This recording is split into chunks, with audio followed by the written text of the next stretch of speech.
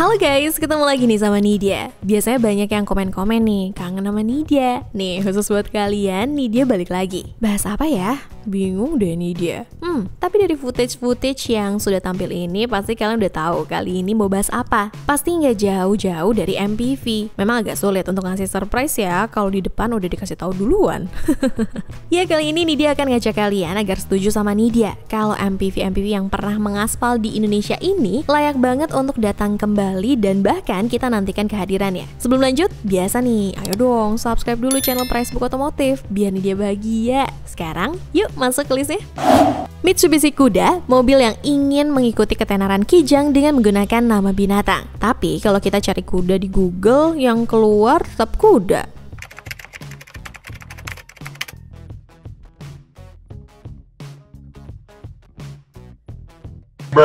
Mitsubishi Kuda memang diciptakan untuk menyaingi keperkasaan Kijang yang saat itu benar-benar perkasa di pasar LMPV. Ya, dulu Kijang dan kuda itu berada di pasar LMPV sebelum akhirnya Kijang merasa dirinya mewah. Namun sayang sekali, Mitsubishi Kuda ini hanya bertahan dari tahun 1997 hingga 2006 karena penjualannya yang tidak signifikan untuk jumlah penjualan Mitsubishi. Namun, sepertinya agak sulit mengharapkan mobil ini kembali karena Mitsubishi sekarang sedang bersenang-senang dengan kesuksesan Xpander di kelas LMPV. Andai aja Mitsubishi punya nyali untuk mengepakkan kembali nama kuda dan bersaing di kelas medium MPV bersama Kijang Innova. Apakah layak Mitsubishi Kuda kembali dengan generasi terbaru ke Indonesia?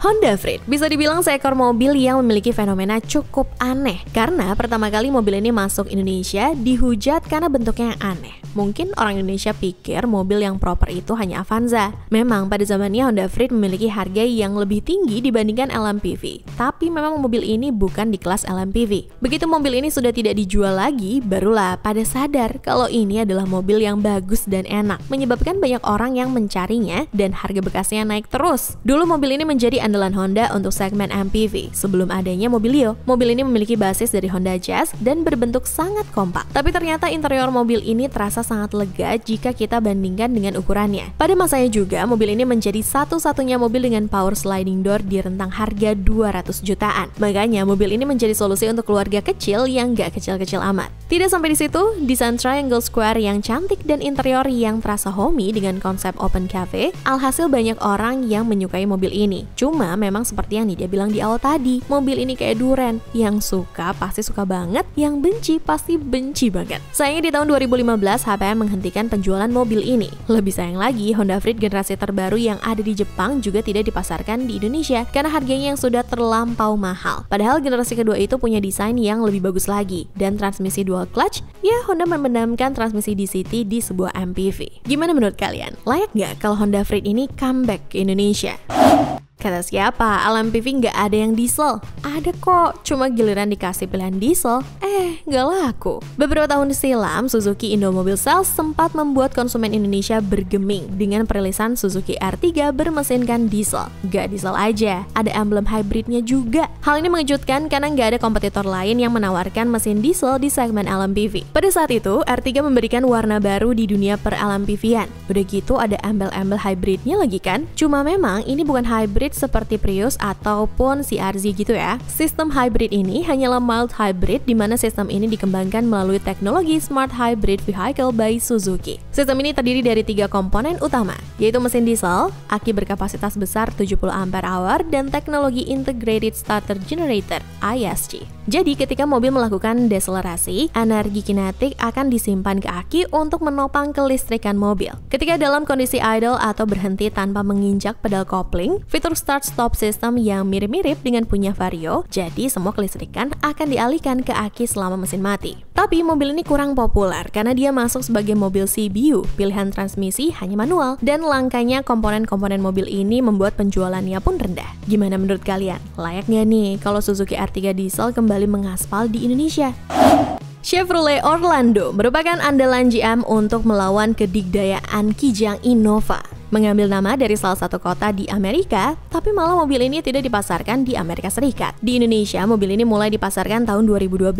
Namun sayang, sama seperti mobil-mobil lain yang telah mencoba untuk mengalahkan dominasi Kijang, mobil ini juga mengalami nasib yang sama dengan para pendahulunya. kalah telak oleh Kijang. Mobil ini awal pengembangannya dilakukan oleh GM Korea dan dirakit di 4 negara lainnya. Pasar dari mobil ini meliputi Amerika Latin, Amerika Tengah, Eropa, Kanada, Asia, dan Indonesia sudah pasti. Namun memang sepertinya tidak hanya konsumen Indonesia yang melupakan mobil ini, namun sebagian besar di belahan dunia ini, karena generasi kedua Chevrolet Orlando ini hanya dijual di Tiongkok saja. Chevy Orlando ini memang tampil agak beda karena memiliki desain kotak-kotak dan tarikan garis yang tegas ala-ala SUV, dan dengan konsep bodi mirip-mirip wagon. Memang sepertinya kurang disukai oleh masyarakat Indonesia. Akhirnya mobil ini pun kandas di 2018 seiringan dengan kaburnya ATPM Chevrolet Indonesia di tahun yang sama. Menurut kalian, apakah Orlando Magic ini pantas mendapatkan kesempatan kedua?